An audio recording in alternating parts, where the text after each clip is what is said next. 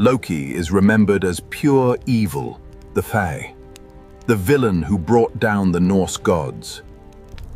But the oldest texts tell a stranger, more complicated story. One where the gods themselves might be just as responsible for what he became.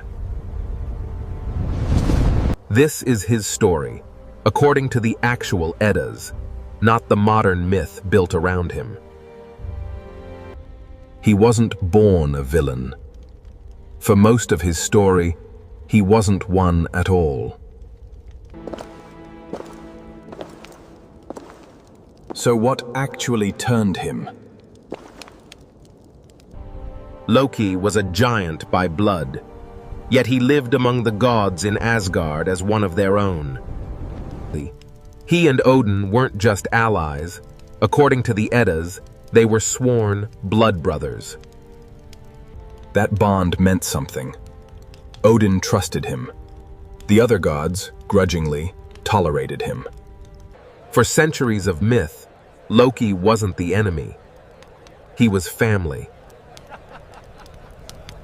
In fact, most of Loki's early stories show him solving problems, often ones he'd caused himself.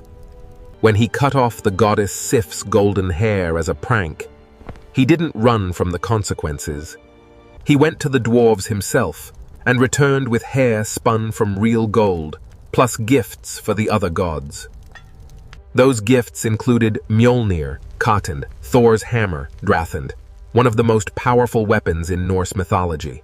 Loki wasn't just tolerated for his usefulness. Again and again, he was the one who fixed what the gods couldn't. But his life outside Asgard was far darker. With the giantess Angrboda, he fathered 3 children tensions, and each one terrified the gods. A wolf destined to grow beyond control, a serpent that could encircle the entire world, and a young goddess who would one day rule the underworld. The gods didn't wait to see what these children might become. They acted first. Fenrir was bound in chains through trickery, losing a god's hand in the process. Jormungandr was thrown into the ocean, left to grow alone in the depths for the rest of eternity. And Hel was banished entirely, cast down to rule a cold, distant realm of the dead. None of these children had done anything yet. They were punished simply for what they might become. Then came the moment that changed everything, the death of Baldr, the most beloved of all the gods. Baldr's mother, Frigg, had extracted a promise from everything in existence never to harm him. Everything except one small... Discovered this loophole defensions and crafted a dart from mistletoe.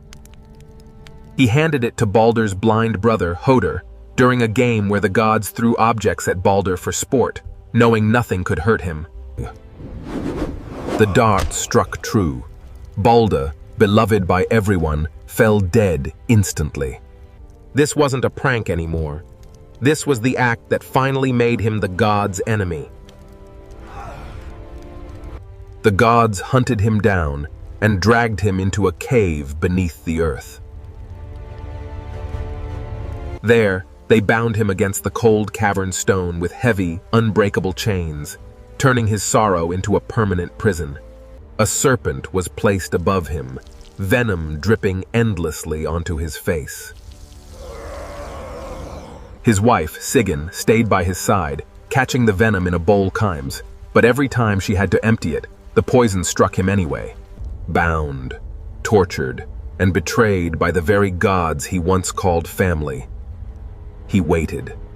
When Ragnarok finally came, he broke free Dís and led the forces of chaos against Asgard at last. So was he evil from the start? The Eddas themselves don't really say that. They show a being who helped, who loved, who was feared before he'd done anything wrong, and who was punished into becoming exactly what everyone already believed he was. What do you think, Taff? Was he always the villain, or did the gods make him one? Let me know below.